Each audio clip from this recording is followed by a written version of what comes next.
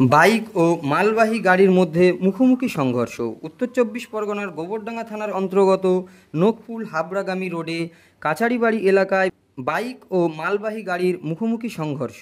বুধবার দুপুর 1:30 নাগাদ নকপুল থেকে বাইকে হাবড়ার দিকে যাওয়ার সময় অপর প্রান্ত থেকে আসা মালবাহী গাড়ির সাথে দুই বাইক আরোহীর মুখোমুখি সংঘর্ষ হয়।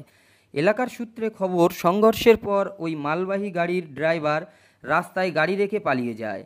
রাস্তায় আশঙ্কাজনকভাবে পড়ে থাকে দুই বাইক আরোহী।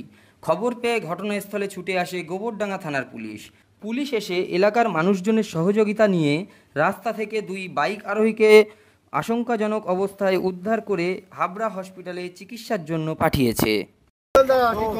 এখান থেকে একটা হাবড়ার দিক থেকে একটা ছোট চার চাকা ছিল, আমাদের নকুলের দিক থেকে একটা বাইক আসছে, মোটরসাইকেল।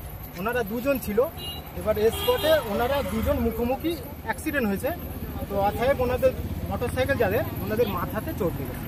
তা এখন যে চার চাকার যে ড্রাইভার ছিল উনি এখান থেকে পালিয়ে গিয়েছে, ওনাকে আমরা দেখতে পাইনি, রানিং এসে উনি এই দিক থেকে পালিয়েছে। এবার আদার যে দুজন ছিল বাইকের লোক, তো ওনাদেরকে আমরা মাথায় জল দিলাম, আপাতত কিছুটা সুস্থ করেছি।